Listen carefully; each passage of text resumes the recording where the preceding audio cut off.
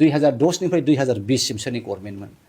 हाग्रामा महिलारी सारनि गभर्नमेन्टमोन बे 10 बोसोराव मा गराय गांसो हायाबालाय। नमस्कार लोगोफोर आरो रायजो राजा नोंथांमोन दा सिगाङावनो बयनिसिमबो गोसो गोरबोनिफ्राय जेव जेव अननाय आरो खुलुमनायखौ बावहरबाय आरो दा बे साननैसोआव आदा गर्जन सार बिथाङा बिपिएफ दोलोखौ ओरैबायदि माने खेंख्रा खेंख्रि माने मा होनो जुलाफिनिफ्राय गाज्रिसिन बिथाङा बखिगासिनो दं आरो दा बयबोथ' नुखादों ससियेल मिडियायाव नङा होमब्ला दिनै जाय जेखि बुङा मानो माने ससियेल मिडियायाव नुखाजोबो आरो दा दिनै बिथांना बुंनो थाङोब्ला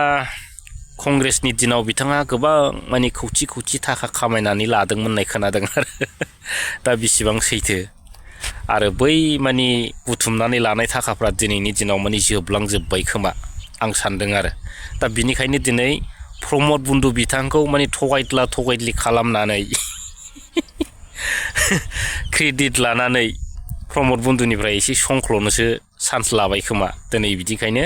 बिथांमोना ओरैबायदि जानला मोनला बाथ्राखौ लानानै ससियेल मिडियायाव रोनावलाबायबाय थानायखौ आदा गर्जन सार बिथांखौ माने नुबाय थादों आरो दा लाजिनांगौब्रा आदा गर्जन बिथांमोना दिनै बिथांमोना खुनु जाथिनि एबा खुनु हारिनि सेन्टिमेन्टनि बिथांमोना खामानि मावग्रा लिडार नङाब्रा 100आव 100% बिथांमोनखौ जों बुंनो हायो आरो देख देख माने दिनै रायजो राजाफ्रा बयबो मेगनजों नुदों आरो बिथांमोननि आखल आखुफोरखौ दिनै साननानै मोनदों आरो गर्जन मुसाहारि बिथांमोना मा रोखोमनि मानसि दिनै बिथांमोना थाखा फैसानि थाखायल' हारिनि सेन्टिमेन्टआव खथबा गला बाथ्रा बुंबाय थानायखौ जों नुदों खिन्थु बिथांमोननि गोसो मोदोम जिउ सोलेर माने बर' हारिनि बिथांमोना सेन्टिमेन्ट गोनां मानसि नङा माने थाखा फैसानि सेन्टिमेन्ट गोनां मानसिसो बिथांमोना नङा होमब्ला दा दिनै फाइनालाव माने प्रमद बन्दु बिथांखौनो संख्ल'लाबायनानै एसे थाखा फैसा लायाबा जानाय नङा आरो आगोर मोननाय नङा आरो दा दिनैनि दिनाव गर्जन मुसाहारि बिथाङा माने साथाम जाबाय आरो सासेया जाहैबाय कंग्रेसनि गर्जन आरो सानैया जाहैबाय इउपिपिएलनि गर्जन आरो जोबथारनायाव माने लास्टआव बबेनिबा मोनसे गर्जन जानो थांगासिनो दं आरो दा महर सोलायनो रोंगौ गर्जन बिथांमोन बायदि आरो माने बुंब्ला दुखु मोननानै लाब गैया बेफोरबायदिनो बिराद जानला मोनला बुंलाबायले लोगोफोर आदा गर्जन बिथांमोना माने खुनु लागाम गैया आरो माने लागाम थाबाबो माने बै थाखा फैसाफ्रा बिथांमोननि लागामखौ माने हमथानानै दोननो माने सान्सो आरो दा बेफोरबायदि लिडार आरो दा दिनै बिथाङा बुंदों 10 बोसोराव हाग्रामा महिलारि बिथाङा बबे जायगायाव गराय गांसो हानानै थाखो होनदों आरो मानो NDFB खौ आरो रन्जन दैमारि बिथांमोनखौ मानो बख'नो हायाखै होनला फैनायखौ जों दिनै नुदों आरो नङा होमब्ला दा दिनै बिनि एन्सारखौ जों होनो गोनां माने बांद्राय गैया माने मोनसेल' दं आरो जेब्ला मानाव गिदेर महिलारि सार बिथाङा BTC सान्थि सुक्ति लाबोदोंमोन सुक्तिखारि बिलथिफोरखौ बिथाङा मा खालामदों जेलनिफ्राय ओंखारहोदों आरो साख्रि बाख्रि होदों आरो जायफोर साख्रि बाख्रि लायाखै बिथांमोना थांनानै थानायनि उनसुंथाइ मोनदों नंगौना नङा दा बिसि मोजां सान्थि सुक्ति नङा होमब्ला रावबोथ' दिनैसिमबो माने केसाव गोग्लैसोनानै थायाखै BTC सान्थि सुक्तिनि गेजेरजों नाथाय आदा गर्जन बे नोंथांमोननि प्रमद बन्दु आरो NDFB बिदा फंबायफोरजों जेनाखि बिराद गोजौ गिदिरसिन बिटिआर सान्थि सुक्ति नोंथांमोना लाबोबाय बे सान्थि सुक्तिनि गेजेरजोंसो दिनै नोंथांमोना बे सुक्तिखारि बिदा फंबाय आरो NDFB बिदा फंबायफोरखौ मानो जेलखानायाव मानो दोनबाय थाखो दा नोंथांमोनखौसो जों बुंनो गोनां जायो खोथाफ्रा बिदिनो आरो नङा होमब्ला दिनै बिथांमोना जेखि गिदिर गिदिर बाथ्रा बुङा मानो माने सोरखौबा जेखि फानाव खोख्लैनो नागिरा मानो माने गाव गावसोरनो फानाव नांथायो आरो दा बिदि अबस्था दिनै एफा गिदिर बिटिआर सान्थि सुक्ति लाबोबाय बिथांमोना नङा होमब्ला NDFB बिथांमोनाबो गवाखसै आरो दिनै गासै BTCनि मोजां मोजां पावार BTCनि डेभेलपमेन्ट बे डेभेलपमेन्टफोरखौबो दिनै बिथांमोना फासयनायनि मोनसे डेभेलपमेन्ट खामानिसो मावना गालांबाय BTCखौ फोजोबस्रांनायनि मोनसे डेभेलपमेन्टखौसो बिथांमोना मावनानै गालांदों आरो दा बेखौनो सिन्था खालामदो दा फार्स्ट बोसोराव प्रमद बन्दु बिथांनि UPPL सरकारा NDFB बिदा फंबायफोरखौ बख'आलासिनो मानो गराय गांसो हानानै थाबाय थाखो होननानै जोंसो दिनै कुइसन खालामनो हायो आदा गर्जन नोंथांमोन बायदि लिडारफोरखौ आरो दा लाजिनांगौ रन्जन आब्लाखौ नों बख'नो हायाखिसैब्ला दिनैहाय BTCनि 6 सिडुल एन्टिखौ नों लाखिनो हायाखिसैबा दिनै नोंलाय मानि बर' लिडार हु आर इउ हाग्रामाया जुदि BTCनि चिफ जाफिनो बड'लेण्डनि मोनसे जे सिगांनि कनसेप्ट बे सलिडिफाइ बे गोरासिन जागोनांगौसो बे गाज्रि जाया एकर्ड नङा बियो प्रमदनि एकर्डआ मोनसे एग्रिमेन्टसो माबा सुक्ति लिरलाबायनाय हा बन्द'फोर हा हाजो लानायफोर बायदिसो एकर्ड नङा रायजोफोर बियो थगायदों एबसुखौ थगायदों प्रमद बर' बिथाङा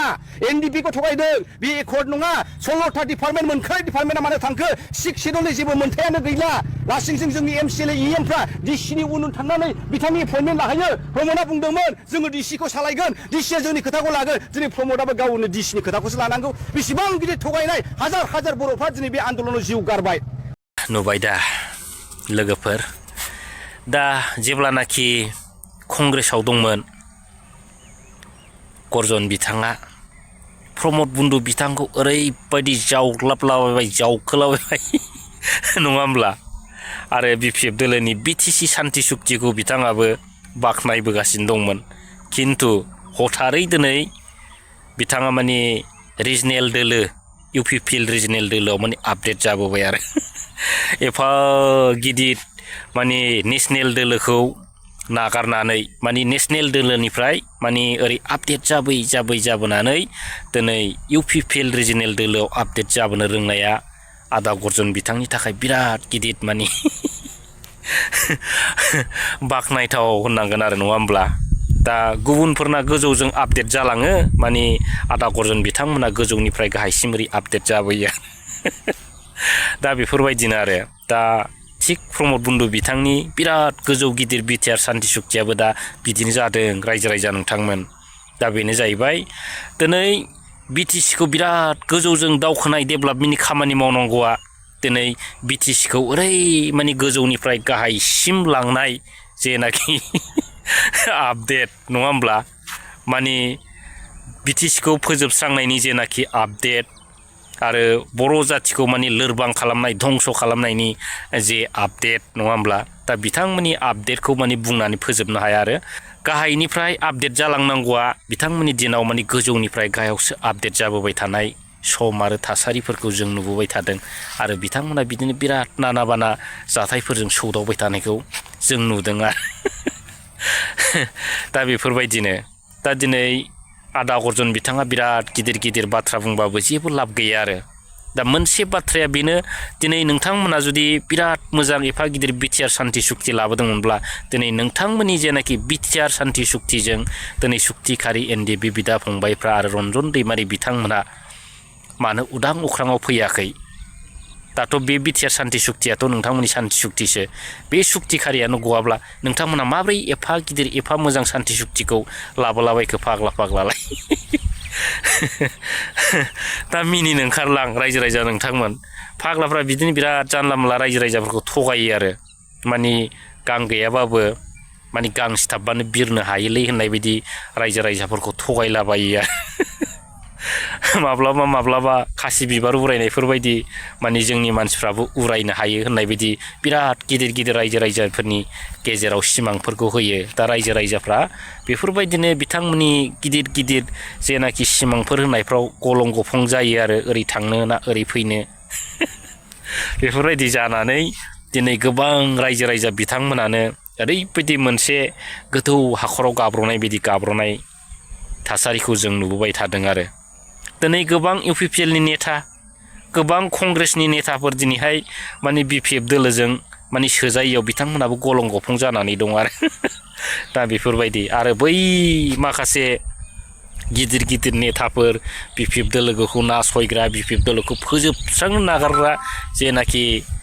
दैदेनगिरि बिथांमोनखौथ' BPF दोलोआ मालाबाबो आजावा होननाय खोनादों आरो मानाव गिदिर महिलारि सार बिथाङा बुंदों आरो दा जिखुनु हक रायजो राजा नोंथांमोन भिडिअ'आथ' गोलाव जालायबाय नङा होमबा दा दिनै बेखिनियावनो दोनसै थेंक इउ